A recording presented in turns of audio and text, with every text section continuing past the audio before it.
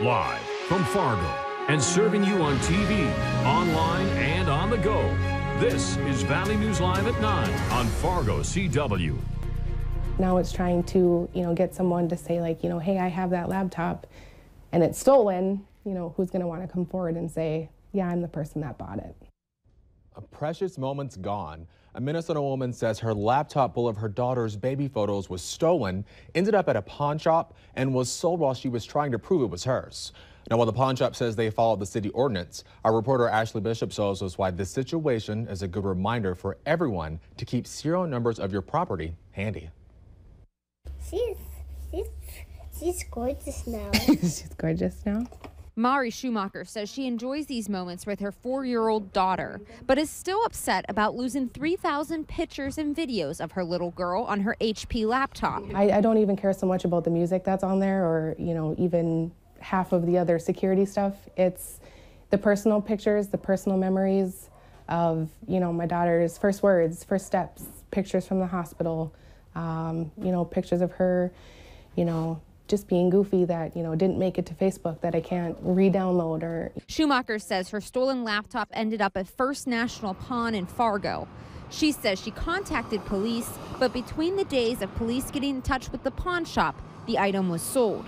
Our Fargo ordinance requires items sold to secondhand dealers, such as pawn shops, to not be sold for 14 days. First National Pawn says they hold items for 17 days. Schumacher says she learned it's important to keep the serial numbers for your electronics handy as well. Crap, where is that serial? Or I don't have that serial. They always say take pictures of pictures and take pictures of your serials. The assistant manager here at First National Pawn tells me usually when electronic items are brought into them, they're usually wiped clean already. So that's why he says it's important to have backups of those pictures and documents that you think are important on different devices. Have a backup of your backups, I guess. Ashley Bishop, Valley News Live. If you're looking for a way to keep track of all the serial numbers for your property, the city of Fargo has something on their site called My Property. The only people besides you that have access to it are officers, and even though it's through the city of Fargo, an account can be created no matter where you live.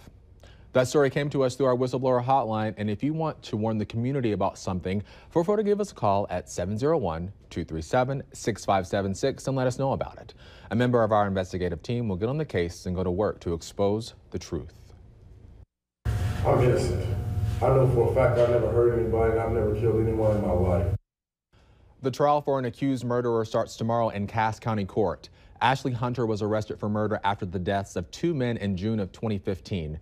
A nurse who was treating Hunter said that he claimed responsibility for their deaths. The trial is projected to last a few weeks. Coming up after weather, a driving course for teen drivers. We show you why it was put on and how you can help your teenager be a better driver. And a memorial to remember those killed by terrorism. We show you why it's traveling around the country. But first, Justin has some good news from the weather department. Right, Justin?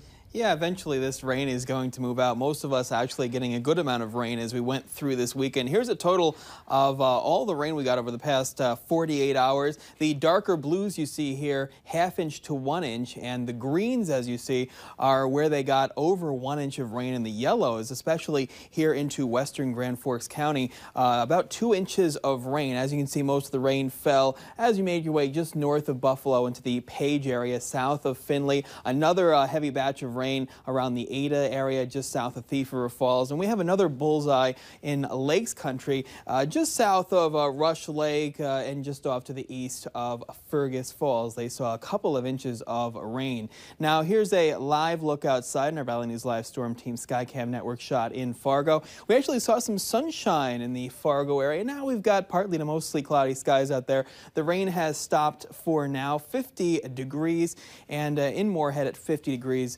Grand Forks holding at 50 degrees also. They've got partly to mostly cloudy skies. Other temperatures look like this: 51 at Jamestown, mid to upper 40s at Langdon and Devil's Lake, 50 right now, Sisseton and Gwinner, and temperatures mainly into the mid 40s from Fergus Falls out toward Wadena and Detroit Lakes. Wind speeds mainly from the north between 5 and 15 miles per hour, still keeping that cool flow, keeping temperatures down.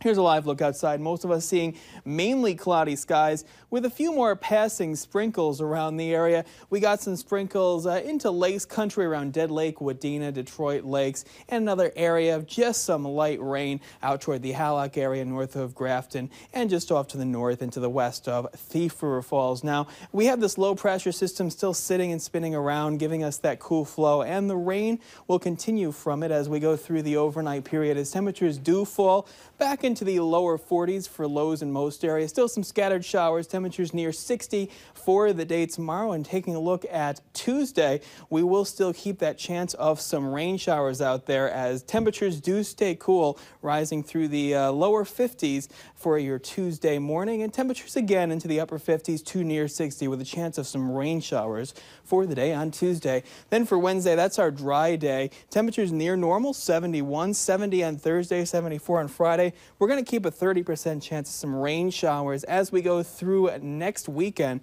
when temperatures are going to be a little cooler than normal for the holiday weekend into the lower 70s. But 70s looks great for this time of the year. So thanks so much for that, Justin. Yep, no problem.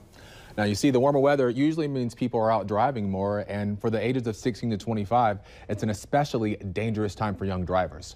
To help combat those dangers that are more specific to that age group, the North Dakota Safety Council started teaching the Alive at 25 course, aiming to get kids through that difficult period. Dangers like reckless behavior and distracted driving are the focus of the class. And while the threats don't just disappear once you turn 25, experience helps minimize those risks. Not that we give up on them, but they reach that next level where they're a little bit less likely to do something dangerous behind the wheel. For more information or to sign up for classes, look for a link to the North Dakota Safety Council's website under the Hot Button section at valleynewslive.com. In anticipation of the Memorial Day weekend, law enforcement agencies across the area will be stepping up their enforcement of seatbelt laws. Over the next 2 weeks, it'll go from May 22nd until June 4th. Now, stats show wearing a seatbelt while driving significantly increases your chances of not getting hurt in a car crash. Of course, you can expect officers to ticket you for distracted driving as well, so you're urged to buckle up and keep your eyes on the road and not your phone.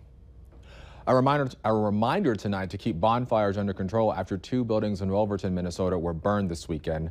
Someone tried to add gasoline to a small bonfire, and then it was thrown in the direction of the buildings, which led to them catching fire. Now, one of them is a complete loss, and a 20-year-old man has second-degree burns on his leg because of this incident. The Wilkin County Sheriff's Office says they're still looking into what happened and won't say yet if someone could be charged. Drivers in the Fargo-Moorhead area should expect some delays as road crews are set to clear off sand and look for signs of wear and tear on some well-traveled stretches of street. Some of the major roadways that will be impacted include I-94 at the Red River Bridge, Highway 10 at the Veterans Memorial Bridge, the Highway 75 bridges over I-94, and the 20th Street Bridge, also over I-94. For a complete list of those roads, you can head to valleynewslive.com and click on this story. A traveling memorial wall made its way through our state this weekend. It's the Global War on Terror Wall of Remembrance, and it's a stark reminder of the lives lost because of terrorism. Our reporter John Sailing shares this story. This is the Mobile Memorial Wall. A record of the events of the Global War on Terror runs along one side, and a list of names runs along the other. Our goal is to get within 50 miles of everybody's home that's on this wall. That way we're able to get to the families, we're able to see the vets that are local. The North Dakotans on the wall are marked with yellow and orange stickers while it tours here in the state. If it weren't for all these people, we probably wouldn't even have a country today. So we need to keep doing what has been done. There's too many people in this world that just want to tear us apart. A Marine and his friend built the wall as a display on the 10th anniversary of 9/11. Since then, it's toured the country. I know it's the first time coming to Bismarck, but this is not the last time. And we're going to work on getting to other locations in North Dakota because you guys have, I believe, 23 on our wall. Organizers add panels to the wall as the list grows. Starting at 97 feet, the wall has grown to 114 feet. It now includes names of the victims of the attacks on San Bernardino and other recent tragedies. To see when the wall will be coming back to North Dakota or heading over to Minnesota this summer, look for this story on valleynewslive.com. We've reported on it numerous times in recent weeks. Violence in the classroom is happening more and more, and with numbers nearly doubling over a 4-year period. Tomorrow on Valley News Live 10 at 10, we hear from a former Fargo school employee about how bad the issue really is and what the school district says they're doing to handle it. Think of sending them to school, one of the safest places there would ever be. And it's not that way.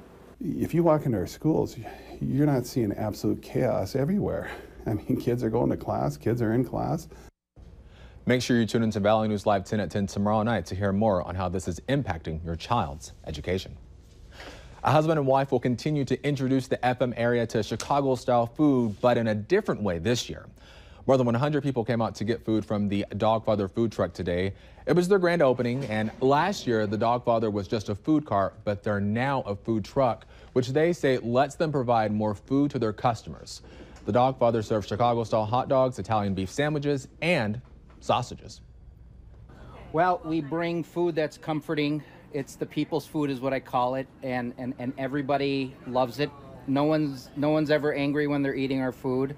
Everybody's very happy. Now, if you want to get some of the Dogfather food items, of course you do. You can see where they'll be set up throughout the summer by reading the story on valleynewslive.com. Tiger Lily, the sister act that's become a North Dakota singing sensation, is releasing new material tomorrow. A video that coincides with Fall, their latest EP, will hit the internet on Monday. And fun fact, an EP or extended play recording contains more than one track, but fewer songs than a typical album.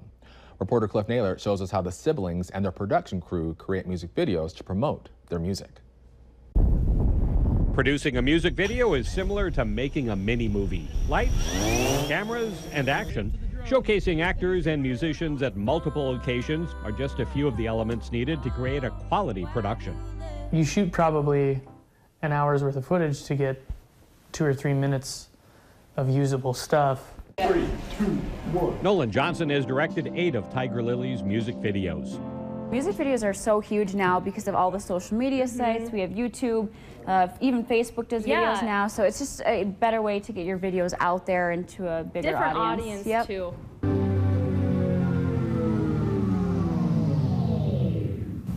It's great. Fall, from the Wild Creatures EP, is the first breakup song the Hazen, North Dakota natives have written and recorded. It is something that girls and guys go through all the time, breakups. You know, you don't always find the right one right away. Action. This music video was shot at 4 locations using 2 actors and a 4-person production crew. This was a one-day shoot, but I think our wake-up call was at like 5:45, so we've been going all day. We did the actor and actresses scenes in the morning, and now we're finally just getting to our singing scenes. You're just holding on to the wheel, putting your arm around her, like laughing, singing. The folk, country, and pop music Kendra and Krista write and record has attracted nearly 150,000 social media fans. Now, if you want to hear more of Tiger Lily, we have a link to their website in this story on our Facebook page. Still ahead tonight, the vice president faced a tough crowd at Notre Dame. The details after the break.